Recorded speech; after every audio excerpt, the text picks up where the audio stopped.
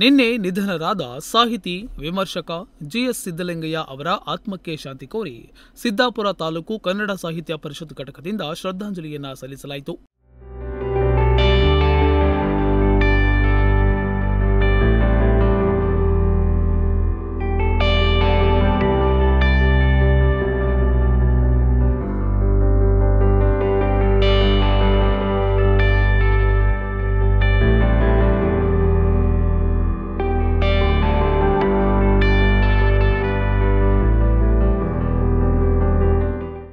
ಸಿದ್ದಲಿಂಗಯ್ಯನವರು ಸಾಹಿತ್ಯ, ಶಿಕ್ಷಣ, ಆಡಳಿತ ಹಾಗೂ ಕೇಂದ್ರ ಕನ್ನಡ ಸಾಹಿತ್ಯ ಪರಿಷತ್ತಿನ ಅಧ್ಯಕ್ಷರಾಗಿ ಸಲ್ಲಿಸಿದ ಸೇವೆಯನ್ನ ಸ್ಮರಿಸಿ ಕನ್ನಡ ಸಾಹಿತ್ಯ ಪರಿಷತ್ ತಾಲೂಕು ಅಧ್ಯಕ್ಷ ಚಂದ್ರಶೇಖರ್ ನಾಯ್ಕ ಕುಂಬ್ರಿಗದ್ದೆ, ಸಾಹಿತಿ ತಮ್ಮಣ್ಣ ಬೀಗಾರ್, ಪ್ರಾಚಾರ್ಯ ಎಂಕೆ ನಾಯ್ಕ ಹೊಸಳ್ಳಿ, ವಿಠ್ಠಲ್ ಅವರಗುಪ್ಪ, ಗೋಪಾಲ್ ನಾಯ್ಕ ಭಾಷಿ, ಪ್ರಶಾಂತ್ ಶೇಟ್, ಎಂಎನ್ ನಾಯ್ಕ್, ಟಿಕೆಎಂ ಆಜಾದ್, ರತ್ನಾಕರ್ ಪಾಲೇಕರ್ ಮತ್ತು ಶಂಕರ್ ಮೂರ್ತಿ ಕತ್ತಿ ನುಡಿನಮನವನ್ನು ಸಲ್ಲಿಸಿದರು.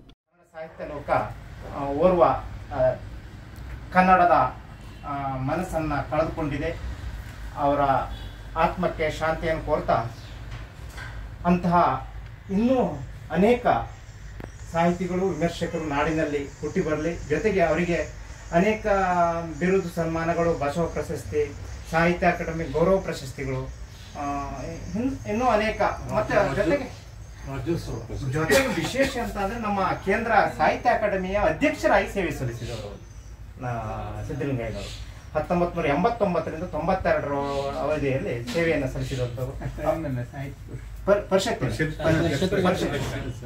ಕೇಂದ್ರ ಸಾಹಿತ್ಯ ಪರಿಷತ್ತಿನ ಅಧ್ಯಕ್ಷರಾಗಿ ಸೇವೆ ಸಲ್ಲಿಸಿದಂಥವರು. ಅವರ ಸೇವೆಯನ್ನು ನಾವು ಇವತ್ತು ಮಾಡಿಕೊಂಡು ಅವರ ಆತ್ಮಕ್ಕೆ ಶಾಂತಿಯನ್ನು. ರಮೇಶ್ ಹಾರ್ಸಿ ಮನೆ, ನುಡಿಸಿರಿ ನ್ಯೂಸ್, ಸಿದ್ದಾಪುರ.